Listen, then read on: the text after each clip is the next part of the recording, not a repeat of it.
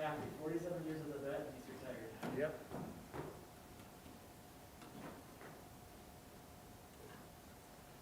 Got a lot of geese, but they just wouldn't come by us. They're smarter than the hunters. Doesn't take much in my case. Dwayne said you have to push your mic on this time, the little man with the, I don't know, what's he got his call There's the signal button up? on and off. The button to the left. Wait, you mean on and off? Yes, sir. How are you? You're right, so just on and off. It'll turn on red. The lower right hand button. Okay. Yeah. It'll turn on red, and the microphone will turn on red when your mic's on. Okay, that wasn't what we were pushing last time. No, it wasn't. That's why I thought it was on. Hey, Ben. I was pushing the button to the left. I believe it's the right one. Yeah, is it the little man With with the little the? head and the little, Yeah, it'll turn on red. Yep. There you go. and will it turn on when it's not turning on when I start speaking? So it was last week, or Yeah, last time. now we're just on I'd and even off. move my chair and it would turn Yep, on. now it's just on and off, no voice activated anymore. Sweet. So it's back up to the old system. Because, you know, I say things under my breath that probably really shouldn't be heard. And it was No. working fine with the mask on because nobody could even see me lip saying it. So you really almost threw me off the game last week. Actually, just be sitting here and it would come on. And then you tried to talk and I'm like, hold on, it's on. What? And mine did do that. I was Yours worked fine the whole Yeah, time. mine's good. Now that I put a new button, it won't work. But No? Sensors, we're censoring you. you're censoring me. Censorship. I thought that's what you actually were doing. You'll, I'm like, that's weird that I'm one of the, but then when Mason's didn't work, I was like, okay, she's not just censoring me. You might have a reason. Might have been both of us. Yeah. All right, it is 6 o'clock, so we'll call this. It is 6 o'clock, so we'll call this meeting to order. Al, can we start with roll call, please? And this is roll call for the work session scheduled for January 25th, 2021. Benson. Benson here. Benson is present. Brunig. Brunig here. Brunig is present. Sarda. Sarda here. Sarda is present. Mybom. Mybom is present. Mybom is present. Minor. Miner's present. Minor is present. Mosier. Mosier here. Mosier is present. Schramm. Schramm here. Schramm is present. Weber. Weber's here. Weber is present. Mayor Johnson. Johnson here. Mayor Johnson is present. City Manager Leon. Leon is here. City Manager Leon is present. City Attorney Denherter. Denherter is here. City Attorney Denherter is present. All right, and I misspoke. This is not a special meeting, it's our work session. Next is public appearances. So this is a time when members of the audience can address the commission about something not on tonight's agenda, and seeing no one in the room, there will be no public appearances. So I will hand it over to the city manager. Tonight we're going to discuss CARES Act funding and our BBB funding. Yes, thank you, Honorable Mayor, members of the commission. I believe in your packet you should have a worksheet entitled South Dakota COVID Relief Fund. It's the City of Yankton's CARES Act Reimbursement Progress Report. And first of all, I want to start out by thanking Lisa Yardley and her team, and of course Al. But I know Lisa took the lead on this, as well as help with folks from IT and other departments. But this was something that was really flung upon us, and with not a lot of direction, and then with a lot of other things going on at the same time. So we really had to rely on Lisa a lot to develop a system for us and a way of processing our claims and all those types of things, and her working with the state. And I don't know if you've been around City Hall on the weekends or evenings, but if you see a little white car out there, that's Lisa's, and she's been putting in a lot of time to make sure that we can get us reimbursed for as much as possible. So I thank her for that. Typically, if items are unbudgeted and they don't fall into typical operating expenses, I like to bring those to you for you to talk about or even approve, so that the public is aware of what we might be spending that's outside the budget. As we discussed earlier last year with CARES Act and COVID-19, we really didn't have that benefit. Everything came to us so quickly, so fast, that many of the things that we needed were not accounted for in the budget. And with a couple of exceptions, all of our CARES Act funding needed to be allocated towards those things. So you put a lot of trust in us, the staff, and in our decision-making for purchases. So the purpose of this portion of the meeting is really just to discuss about some of these things, give you and the public a little bit of a better understanding, let you ask any questions that you might have about CARES Act spending or typical or specific items that we purchased. And then, just be transparent, so people out there watching understand what the funds were spent on, actually. So this is a ever-changing target, I guess to say, because every day we're learning we might get another reimbursement in or something may be denied. But as of the time it was submitted to you last week, this is the accurate accounting. So we were allocated $3.3 million, precisely $3,320,375 towards CARES Act funding. So we had to, of course, spend within the confines of the program. We have $2,512,731.66 submitted, as well as $611,265 pending. So we have about $200,000, $196,000 estimated in remaining allocations. We do have things to submit for that those remaining funds, and we have submitted a lot of things that we believe were within the program but were not approved, and we'll talk a little bit about some of those things tonight. However, we have to be forthright. We can't submit things that are outside the confines of the program. So we're going to try to get as close as we can to that 3.3 million, but I do think we've done fairly well getting to where we are today. So with that, I'll talk a little bit about the categories and what we purchased in regards to each of those categories, unless there's some general questions right now that the commission has that you'd like to ask in general about CARES Act. I'm not hearing anything in the room or anybody chiming in, so I'll just start with category 1, which is personal protective equipment. I never used the acronym PPE before in my life, but now PPE is sort of just table talk, and it's just sort of our newly adopted lingo that we use all the time. So a lot of that, if you can believe it, that's $9,539.66. Are the gloves, the masks, wipes, those types of things that are used day to day. And that might seem like a lot of money. I know those out there that utilize or take a look at Yankton Buzz know that we've got a little traction this last couple weeks on Buzz about what it is we've spent on things like that. And that's a lot of money, but you have to imagine, for example, in our police department, they're using, multiple exchanges of gloves an evening, and there's multiple officers, and night after night and day after day, we're running 24/7. So we do go through a lot of PPE. Also, once we were able to get a hold of masks, we started using a lot of these disposable masks like I have on this evening. And, sometimes for folks, depending upon their work, they can go through quite a few disposable masks a day. Certainly some of the folks that are in sanitation or other outdoor departments go through a number of masks a day, and it's every day, all day. So we do go through a number of those. We also were allowed to stockpile. So one of the instructions that I thought was a good idea was to make sure we have enough to go through different ebbs and flows of supply and demand. There was some times when it was difficult to get the latex gloves, and also to have things on hand. So we're not out of the woods entirely yet, and we're still using a lot of PPE. So I instructed that we did purchase enough to take us through a number of months into this year as well. So we are in good shape with the PPE. Cleaning supplies used for disinfecting our facilities or equipment.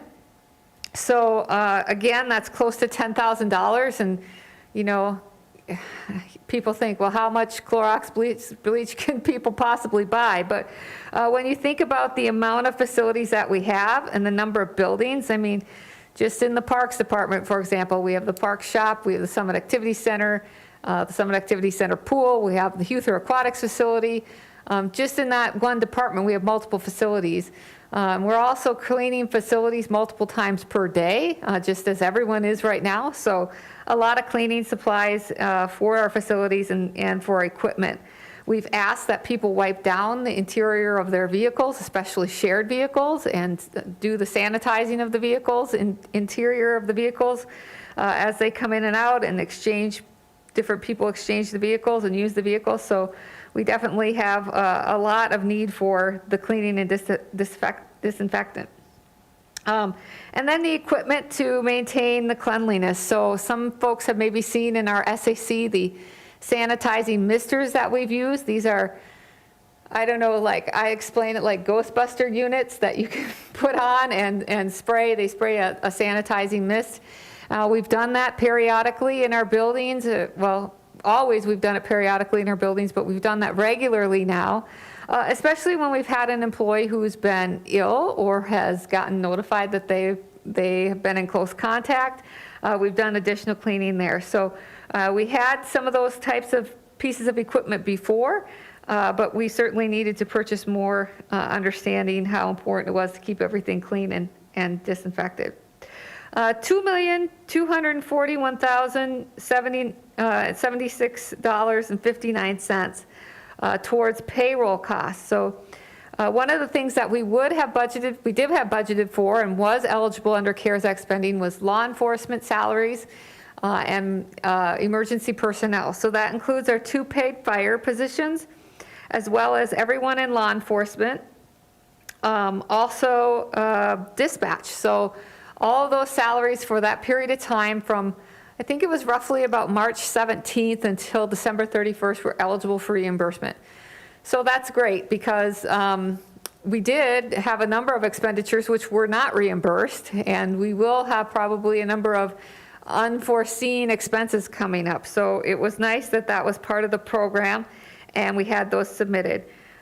There's a little bit of discrepancy in how the state decided a few things.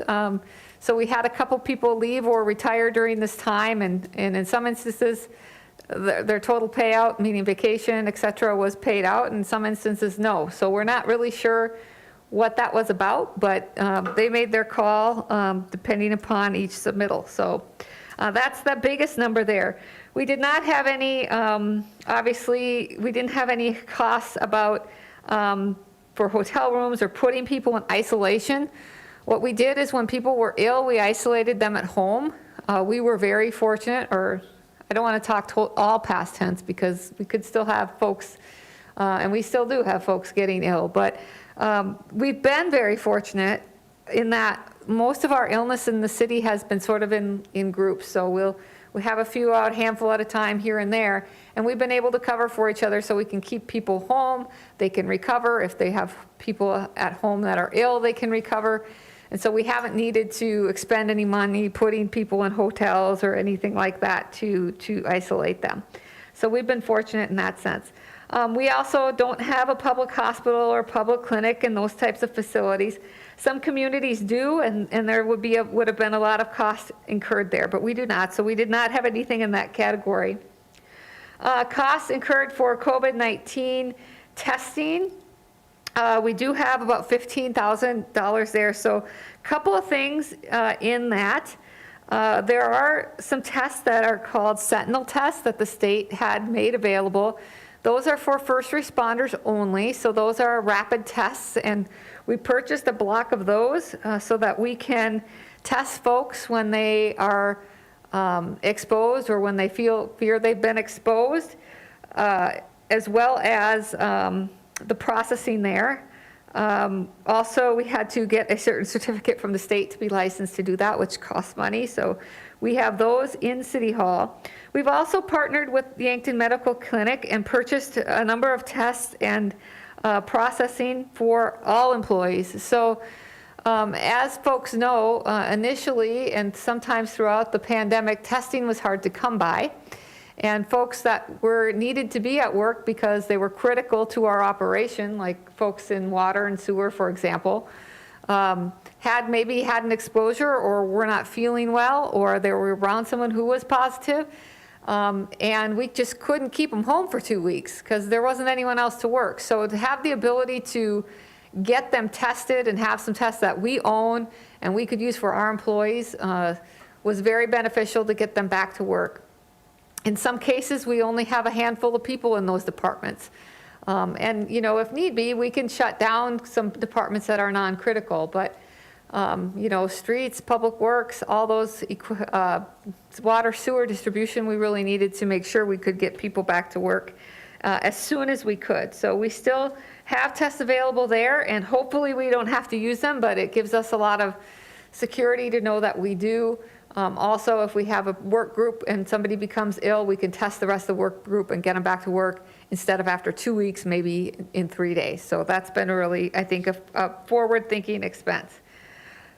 Equipment to support remote work by employees. So prior to this, many of us had, some of us had pieces of equipment like this that we use for commission meetings that have cameras and that type of thing, ability to work remotely, but a lot of people did not. So Dwayne and his team did a lot of work helping our departments get equipped with cameras or headsets or all the types of things that would be beneficial for them to work remotely or to be able to have the go-to meetings remotely. Maybe they're working in the physical building, but they're not getting together. So that was what that $2,000 approximately was for. Costs incurred to prepare facilities for employees to return to work. So we did a lot of adjusting.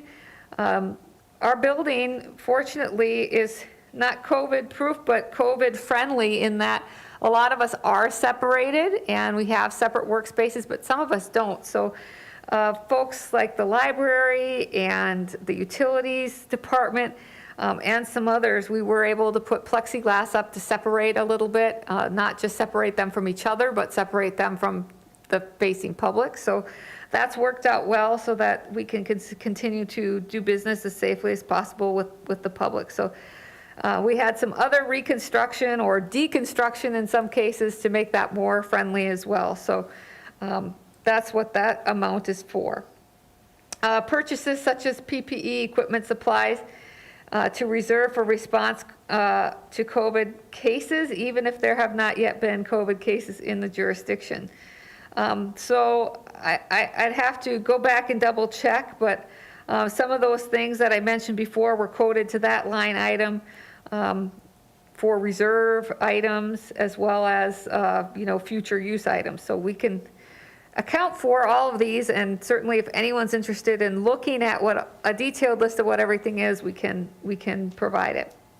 The other personnel expenses directly related to COVID-19, which is $85,000. Those are things like some of my hours, some of Dave Mingo's hours, some of Colleen's hours. So many of those were reimbursed as supporting. So we actually logged all the hours we spent, putting together HR policies, educating the public, doing the health board meetings, all those things. And we were able to be reimbursed for those, so that's very beneficial. In some cases, they didn't reimburse hours. So we submitted hours for Dwayne and Taylor and Kristen and Joe Morrow, and we thought certainly that was a no-brainer because they've just done all kinds of gymnastics to make in COVID-19 response, but those were not reimbursed. So I'm not sure what the reasons were there, but many of our professional salaries were reimbursed, so $85,210 worth. And then we had some of the other operating expenses, which is $115,000. Those are things like the dispatch councils, mobile dispatch laptops, also this meeting room technology, which was not, which is working very nicely, by the way, Dwayne and team, was not fully reimbursed, but partially reimbursed, which we suspected. The mask education with the Together We Can campaign is part of that.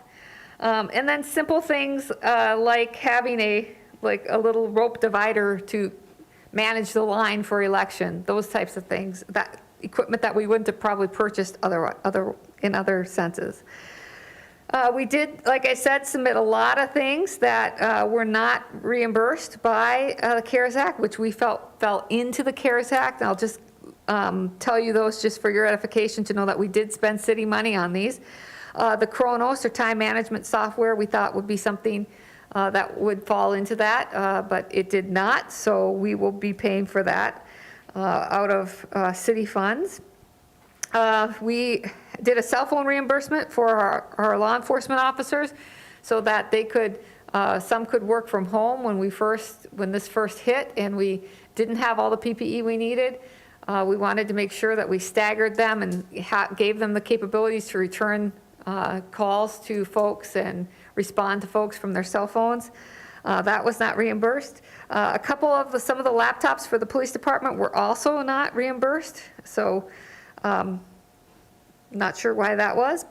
The library put in for a movie screen and a canopy to do more outdoor movies, and that was probably a little bit, not a necessity, but they said it was programmatic and not operational, but we were fortunate the Friends of the Library actually came to our aid there and purchased those for us or reimbursed us for those. So we were still able to get those. So that's kind of a quick rundown, really. Lisa certainly has more detail.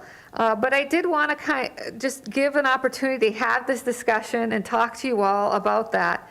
And then also talk to you a little bit about if you're doing the math in your head, you're thinking, yeah, well, we got reimbursed a lot more than we spent, and that's true.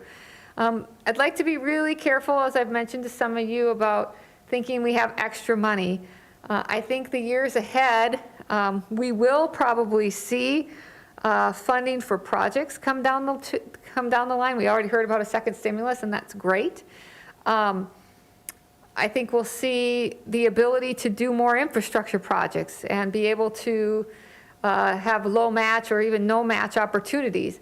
But I think operationally, we're going to have a hard time. So I kind of look at it as, I don't want to say this for sure because I'm not a seer, but I think, we could have some really nice projects going on, but be really struggling sales tax wise. And that's our bread and butter. That's how we operate. So this is one-time money. I just want to be careful about making any big purchases anytime soon. I think we still need to see what the long-term impact to our local economy is. But with that, I'd love to hear from you what questions you have. Lisa is on the line as well if you'd like more explanation or more detail about anything we talked about. And I'm happy to answer any questions you have also. Commissioners, questions for the city manager or any of our other staff?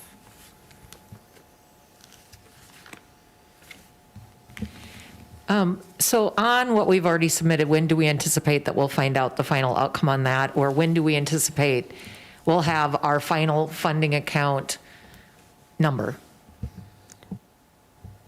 Lisa, do you want to answer that for Commissioner Mosier?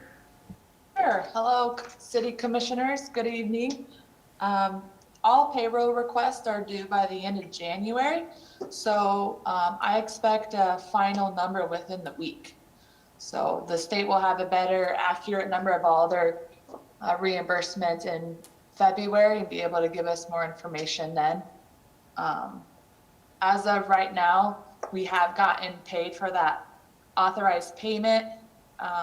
We also got authorized for that remaining payroll payment. The only outstanding right now is the dispatch stations and the other personnel expenses for, it's about 72,000 left. And I guess this is an awesome spreadsheet, by the way, and very informative and easy to read. Out of curiosity, and I hear what City Manager Leone is saying, have we kept track of, and maybe it's hard to do, and I like to try to make accounting very simple because I don't have an accounting mind, but have we kept track of like what we normally would have paid had there not been COVID versus what we've, it's a hard question to ask, but I guess I'm trying to figure out the over-under on, like you said, salaries probably would have been paid no matter what, and that's great that they're reimbursing us for that. But do we have kind of a difference on, I wouldn't say what we made for sure, but just kind of what we were able to get off of this that we normally maybe wouldn't have paid for or now have, I don't know if I can even answer the question. Does that make sense? Are you asking about overtime? No, I'm just wondering, like, salaries, like, that's great that they reimburse some salaries, but we would have paid those anyway. Right. So beyond COVID expenses, like,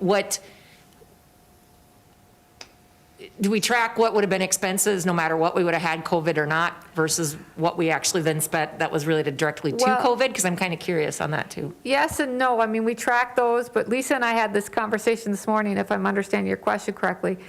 So one of the, I don't know, we could say faults or one of the great things about our staff is, you know, a lot of the things that we are doing already take hygiene into account. And so we couldn't submit, for example, J&H cleaners at the Summit Activity Center because they were already coming and they were already doing that. So in that regard, yes, we keep track of that.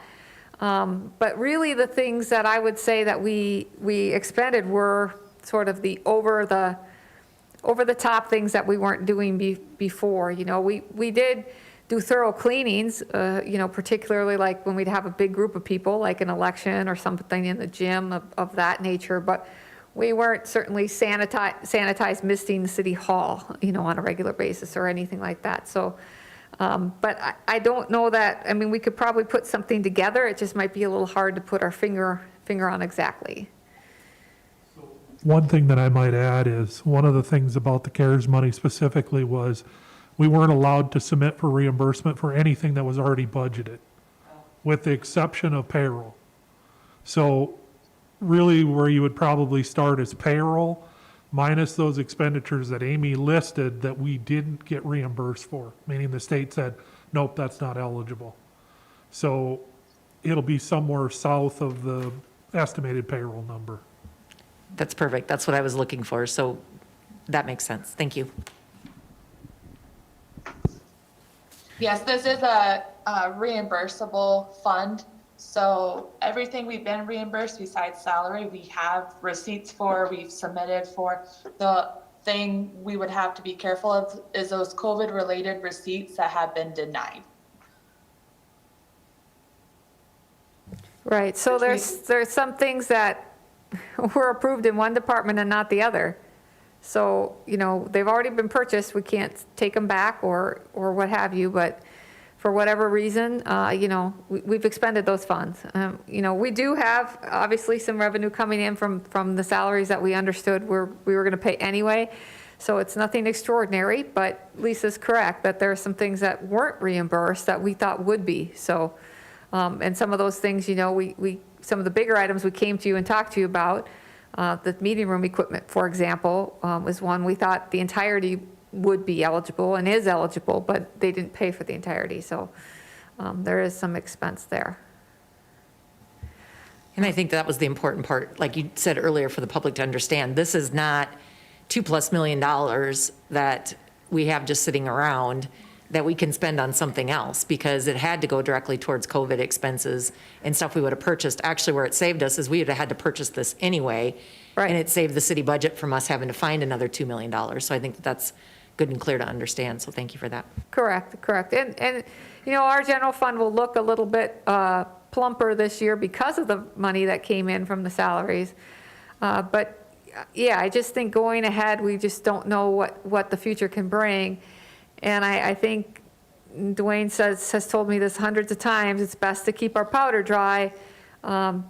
Even if we're able to do a lot of projects, because there's a lot of stimulus money, that doesn't help pay salaries, it doesn't help plow roads, it doesn't help, you know, keep the lights on, all those things that we have to do. So I also want to talk a little bit about just the amount of things we bought, because I got into a civil discussion with an individual who had a question about, you know, how many masks did you buy? How many gloves did you buy? How many tests did you get?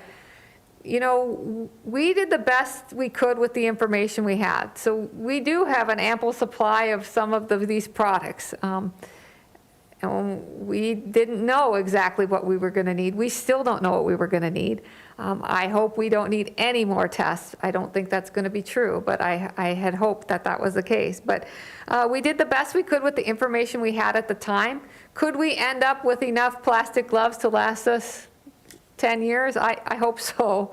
But I don't think we purchased anything that we aren't going to eventually use.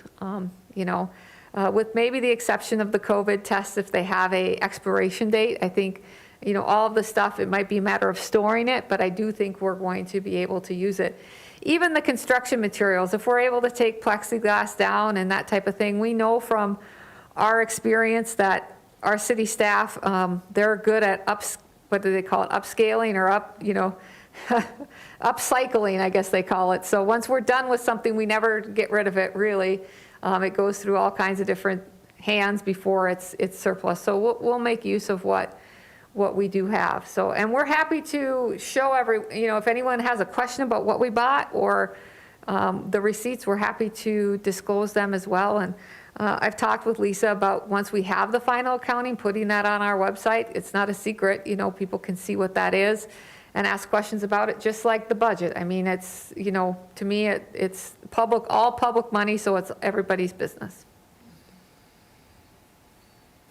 Do we have an estimate at this point as to what we'll be carrying over from last year's budget into this year? Al, do you want to take that one? I think you might have a round number. Nowhere close. First of all, we go through through January before we call it the end of the year. We have what we call an accrual system where both receipts and expenditures that happen in January that are last year's go into last year's books. And then there's a whole lot of extra work that we call journal entries where we start estimating what beyond January was really last year's. And it's on into April and May before we have some of those numbers. So I can tell you that it's a lot better than we estimated last year during the budget, but nowhere close to a number yet. Thanks, Al. Other questions on CARES Act? Otherwise, we can talk about Triple B a little bit. I will say that I thought by this meeting we would have some idea about the second federal stimulus and what that might mean for us. We have submitted a number of projects that we think are sort of low-hanging fruit that could be applicable for programs already in place at the state. And what we've done is submitted those to Planning District 3 and visited with Nancy Winandy and Brian Stewart at YPG about them.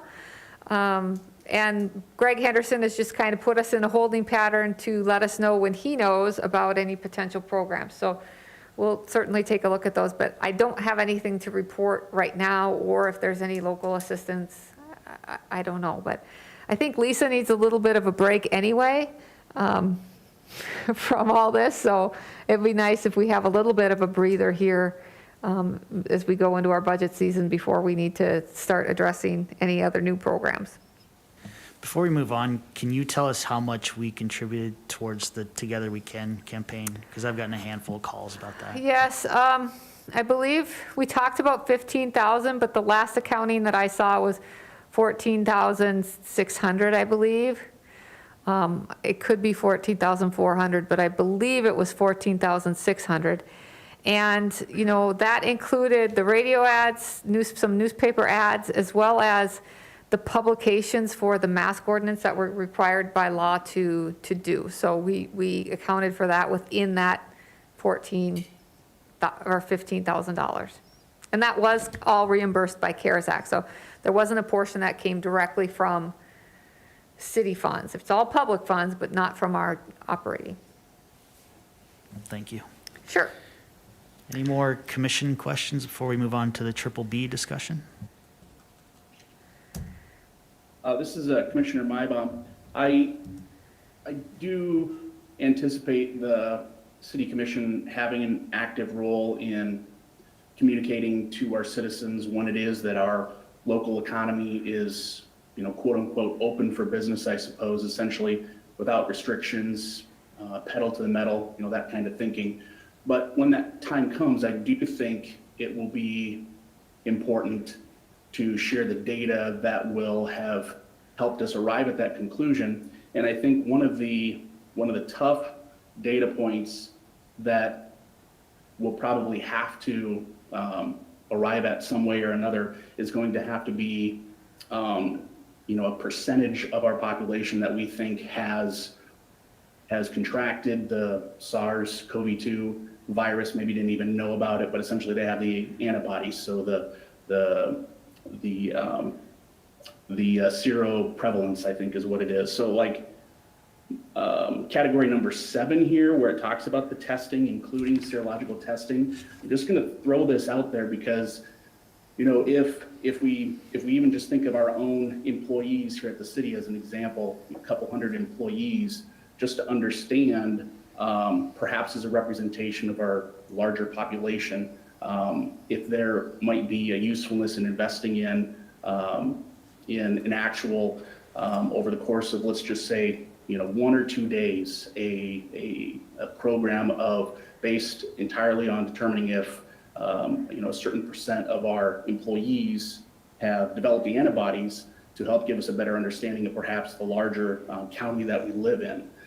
Because, we would know, and we see the data updated fairly regularly, how many folks in our community have been vaccinated, how many folks in our community have previously tested positive and they've recovered, for instance. But, we'll need to arrive at a certain percent, herd immunity, whatever you want to call it, where we all feel comfortable getting back to, pedal to the metal. Our local economy is open, no restrictions, et cetera. That may not be until, later this summer, who knows?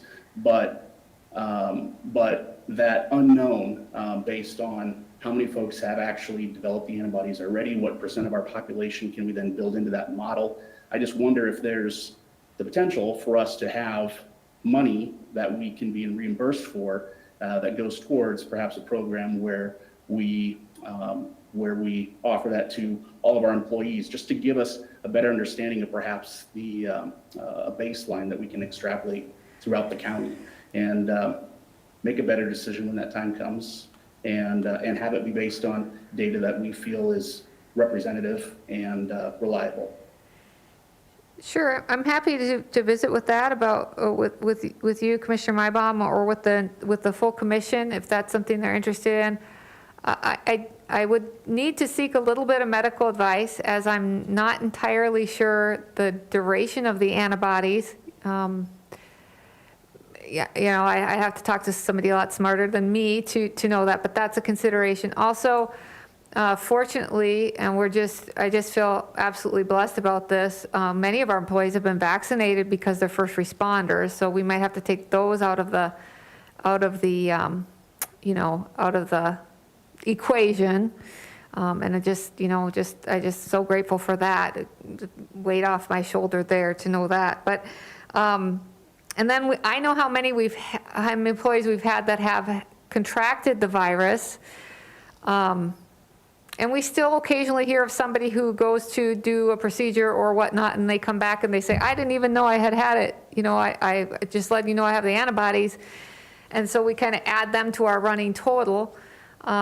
So we could talk about that. I do want to be real sensitive with, employees. I've never forced anyone to get a test or forced anyone, we've told people they have to stay home if they're not feeling well.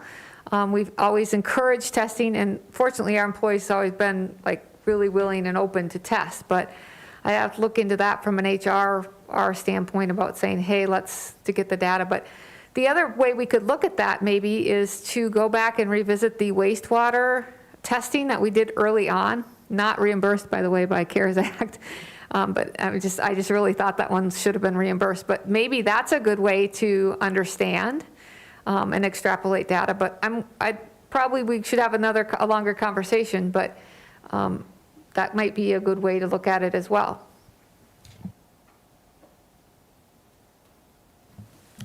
Any more discussion on this topic?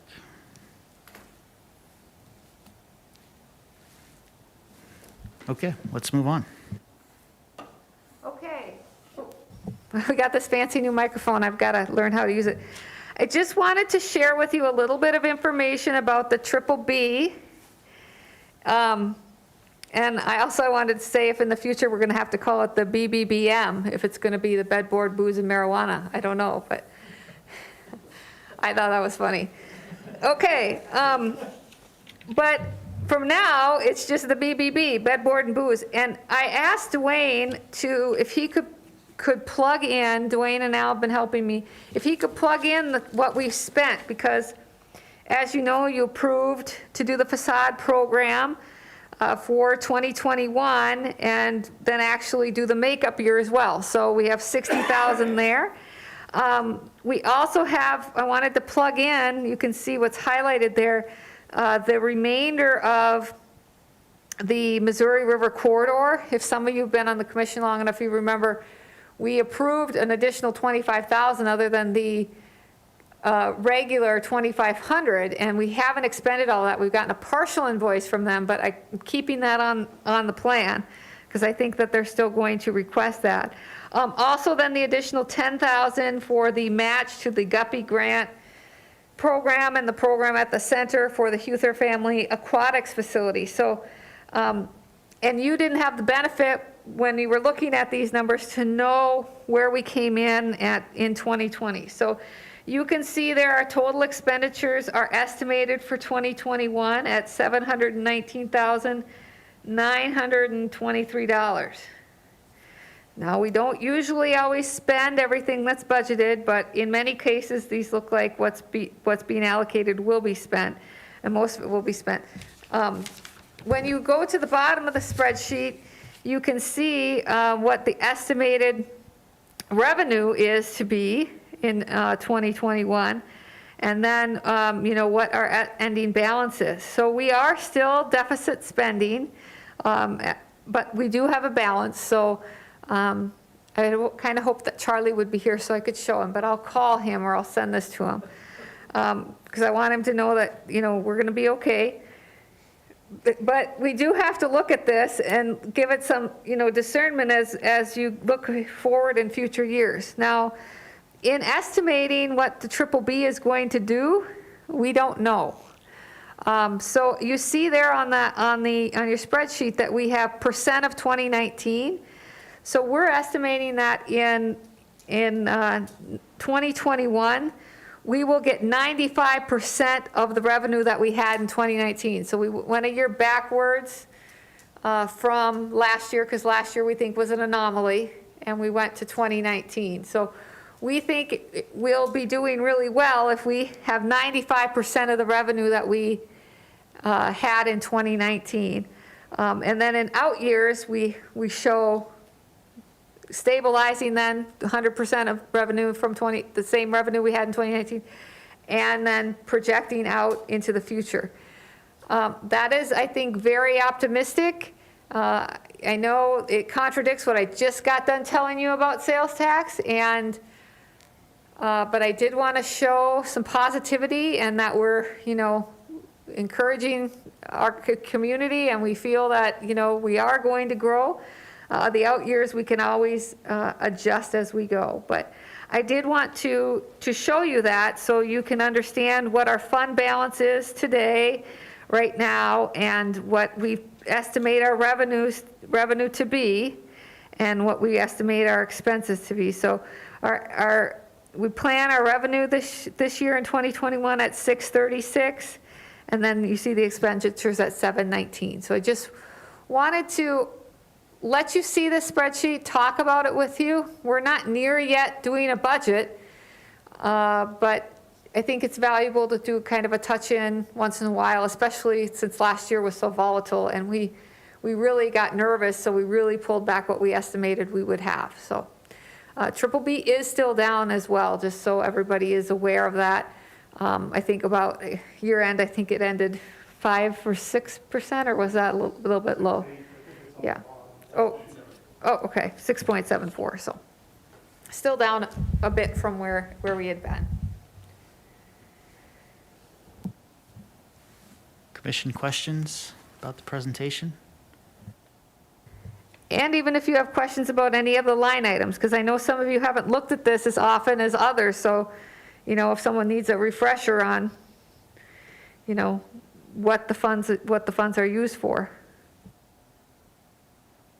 Do we know, like, over the last 5 years, what's the average amount of growth we've seen in B revenue? I know this last year will change that, but we have seen growth every other year. What's been the average?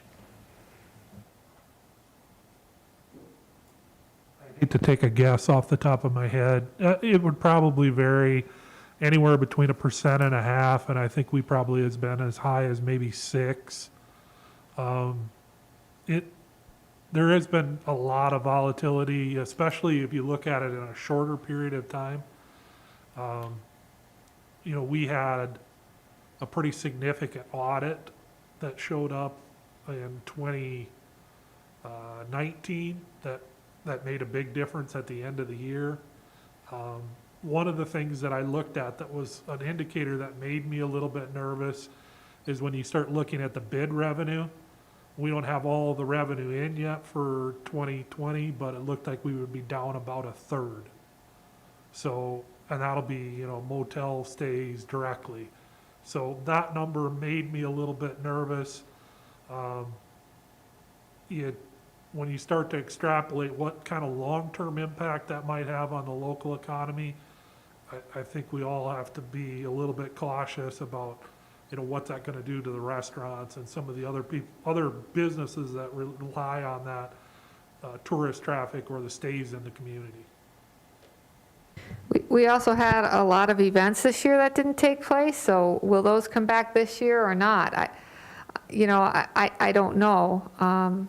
Maybe some will come back, some will look different, some might not come back. So it's a little bit, I think, yet to be seen. And we also never know what requests you're going to get along the way as well out of the BBB. But,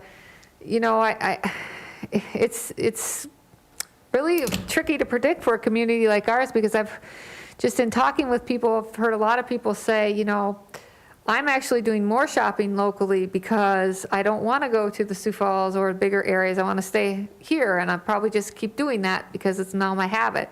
That's awesome. That's what we wanted all along, is people to buy locally. By the same token, I also know that a lot of people are shopping online, and while they're online, buying something they might not be able to get in town, they might click on something they can, and everyone's got Amazon Prime, I think, so it all comes in one box. And so does that take away business? Even though we're getting sales tax revenue, does it take away commerce from a local entity that you might go into and, if you're like me, you went in for, a gallon of milk and you came out with a whole bunch of stuff that you didn't even know you couldn't live without, but you couldn't. So, I don't know for sure. It's just really a hard thing to predict and a hard thing to estimate. So I think as we go forward into the year and we start looking at budgeting, we'll really have to have a lot of conversations and be careful and just kind of keep looking at numbers very, very regularly. Winter tends to be down for us anyway, so that'll make it even trickier to predict, but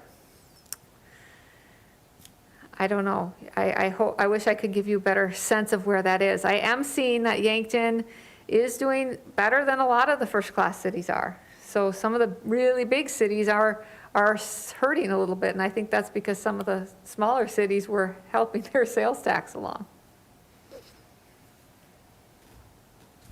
Do you know when sorry, this is Commissioner Schramm, do you know when the census information is supposed to come out?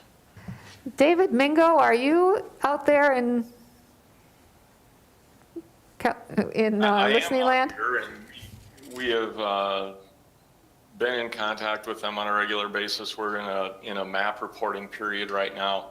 They are not giving us a timeline. We've read the same thing that a majority of the public has read and heard, and that is it's delayed. So hopefully sooner rather than later.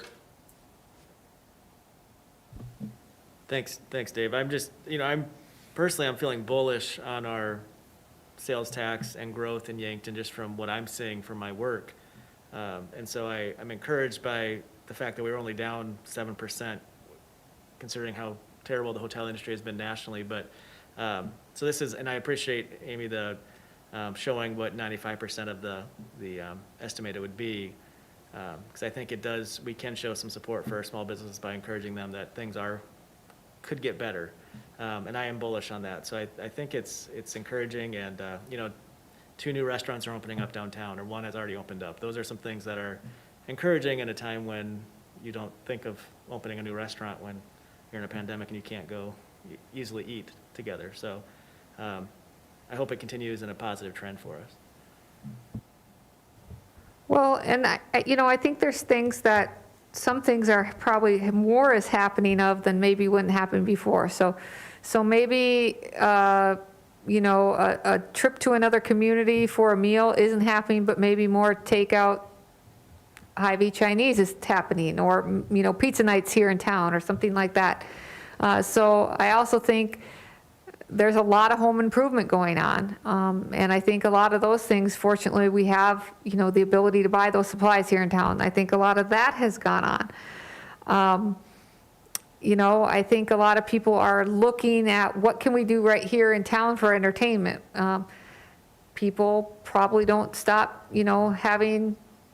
imbibing in a beverage or that type of thing. So we're fortunate that we are a big enough town that we have, the services. And we do want to be optimistic about what people can do, and looking towards the future that way, and encouraging.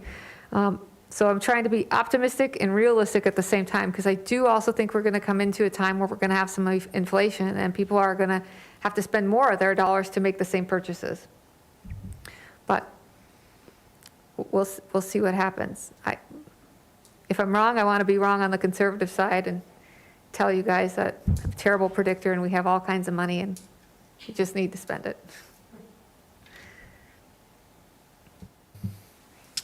This is Commissioner Brunick. Can you speak a little bit about the online tax numbers? And is that something that we're going to be able to see going into the future, to see? Sure. So cities for a really long time have been after the Department of Revenue to give us more information. So everybody wants to know, okay, that's nice that we went up in sales tax or down in sales tax, but give us more detail. People always want to know how much sales tax a particular industry or a particular business generates. And the Department of Revenue doesn't provide that to the public. With the onset of online shopping, that's been sort of a plea for a number of years by cities. So just recently, in the last 3 months, they began reporting out the amount of sales tax, and we believe that it's just the first and second penny. So it wouldn't apply to the bed, board, and booze, the third penny. We believe it's just the first and second penny that is non-local. So if you buy something online and have it shipped to your home, that sales tax. Now, my understanding is that that is not, if you buy something, for example, from Walmart online, that is not included in that, correct, Al? Again, the state is very careful with how they describe things, but my understanding is that anything that's purchased online from a local business still goes back into the local sales. Okay, so I missed it. The only thing we're seeing is what's purchased, for instance, from an Amazon type thing. Okay. That wasn't a Walmart delivery through Amazon. It was an Amazon delivery from another company. But we are able to see those numbers, and I believe the sales tax amount for December was about $58,000 in sales tax, but that was not as large of a percent as I thought it was going to be. So I think, 3 months does not a trend probably make, and we can't say a lot about 3 months. But being as December was the Christmas month, I really thought it'd be a lot more than that. So I think we need to understand a little bit more what's going on before we completely say, Because $58,000 of our sales tax, I want to say was 8 or 9%, something like that. It wasn't a huge amount, and I was a little bit surprised because, I mean, I see FedEx and Amazon, you know, cars in my neighborhood more frequently than I see my neighbors anymore. I actually kind of, it's my social network now. So I'm surprised about that. But maybe I'm just not sure totally what's going on, or we don't maybe have a full understanding. So as we go along, I just haven't had a chance to do that yet since we just discovered that was available to us. But I'll talk with Al about when we report the sales tax, putting that on our sales tax sheet so people can see what that is. You and I had talked, Commissioner Brunick, about, you know, is so much being bought online that that's kind of keeping our sales tax up, and maybe some of our local businesses aren't doing as well. That wouldn't be consistent with what I just saw in the numbers, but it's just 3 months, so I wouldn't make a hypothesis out of that, I guess. Yeah, I was certainly happy to see the percentage lower than what I had expected it to be. You know, I was concerned, we had shared that before, of having a false positive that these numbers were, you know, the sales tax numbers were high, but that didn't equate into local sales. It was a lot of online sales, but it didn't seem to be the case according to that. Now, of course, there are plenty of online sales still that are not being taxed, whether the entity doesn't have anything, doesn't have any anything within the state. You know, the kind of the net of that. So anyway, Yeah. I was happy to see the lower percentage also. I think as time goes on, we will see that scale tip even more. I mean, you're obviously not going to buy gas online or things like that online. There's some of those things that you're going to always buy in town, but a lot of purchases, more and more are coming online, and I think it's just becoming a convenience factor for most people. So I think we're going to see a lot of changes of brick and mortar, not just in Yankton, but everywhere, and that's going to be, you know, what we'll have to live with. So it is positive to see things like restaurants and entertainment type sales tax. You can't go to a restaurant online, at least that I'm aware of yet. Maybe as a virtual reality one, but at least for now, you still got to go to El Tapatio, and we still like to do that. So hopefully those things, you know, continue to grow and bolster those entertainment options in our community. One thing that I was going to mention, I was surprised too by the size of the revenue stream, but I look at it this way: a few years ago, we wouldn't have received any of that 7 or 8%, which is a significant amount of money. So it's kind of a double-edged sword there. That's a good point, Dwayne. All right, it is 6:56, so we have about 4 minutes for our regular meeting. If there's no last question, I would ask for a motion to adjourn. So moved, Mosier. Minor seconds? We've got a motion and a second. Al, roll call, please. And this is roll call on the adjournment of the work session of January 25th. Minor. Aye. Minor votes aye. Mosier. Mosier, aye.